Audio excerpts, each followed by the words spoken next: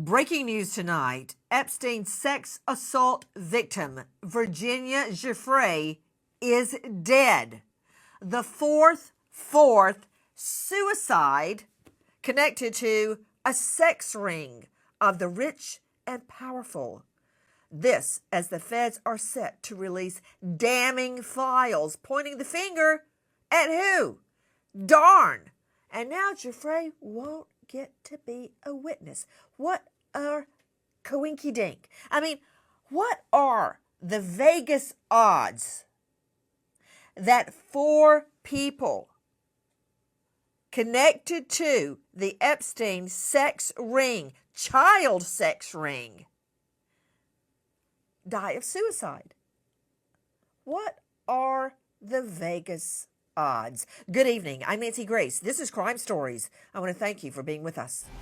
Virginia Giuffre is a 16-year-old locker room attendant in Mar-a-Lago when she is approached by socialite Ghislaine Maxwell to work as a traveling masseuse for her associate, American financier Jeffrey Epstein. Over the promise of a $200 rate per massage, Virginia eagerly accepts. Per massage? My rear end. This was just a little girl, like so many of the other little girls that were lured in by Epstein, who many insist did not commit suicide behind bars.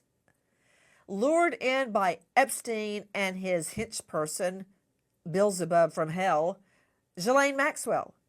Now, she, at this moment, is trying to seek a presidential pardon. She was convicted for her role in this. Wow, do you think Virginia's testimony could have thrown a wrench in that presidential pardon? Think about it. Joining me, an all-star panel. But first, to Crime Stories investigative reporter Dave Mack. Dave Mack, are you telling me with a straight face, and I'm not a conspiracy theorist at all, because I don't think people can keep their pie holes shut long enough for a conspiracy to actually work. But you're telling me, Dave Mack, that Virginia Giuffre dies of suicide. What's the cause of death? How did she die? Who was with her? Where was she? Wasn't she just released from the hospital? You're telling me that she was released while suicidal? And where did this happen exactly? Wasn't it near Gabby, Australia? Population 268 on the last census. 156 males, 112 females. Median age 41. Dave Mack, you're telling me that in near Gabby, Australia, they have a top-notch forensics team that knows beyond a shadow of a doubt that she committed suicide with the backdrop of 3 other witnesses, potential witnesses in a federal sex ring case. They all die of suicide. Lynn Shaw, will it ever end? When I see Andrew trotting around Balmoral or Windsor Castle on a $80,000 horse, my stomach clenches. He should be in jail. Did you hear what Lisa just said? Same thing that Virginia said. Listen, we at the Warriors have spoken with, have interviewed many victims of Jeffrey Epstein. I want us all to first applaud Lisa for appearing and bravely speaking out. This takes a lot of strength to keep talking about what happened, so we must all commend her. Second of all, Virginia Giuffre, I will never believe, killed herself. She bravely came out as a warrior. And when she did that several years ago, all of the other victims came forward and said, finally, we have some support, resolution, media attention. We're going to get somewhere. 3 facts. Right away, law enforcement said, no foul play, nothing to see here.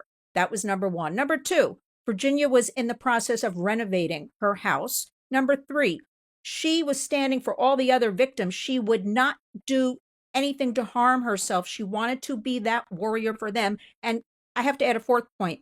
I don't believe she would leave her children. Something happened here. We're not getting the facts. And will it ever end, Nancy? I'm afraid to say, and I don't like saying this. No, this Epstein story is never going to end. We're never going to hear the truth and the facts about all of this. Too many complicit, powerful people involved. And another thing, you heard Lynn Shaw say she was in the middle of a renovation. She was fighting to see her children. She would never leave them. But what about this note? What she said, she was getting ready to do battle. Listen. Virginia Giuffre's sister-in-law, Amanda Roberts, wants to release a quote written by Virginia, found in a journal at her Australian farmhouse. In her own hand, Virginia wrote, "Mothers, fathers, sisters, and brothers need to show the battle lines are drawn, and we stand together to fight for the future of victims. Is protesting the answer? I don't know, but we've got to start somewhere." Giuffre's brother, Sky Roberts, believes the note was intended for organizers of the Washington, D.C. Rally of Sexual Assault Survivors. In a section of the note, she writes, "We are not going to go away."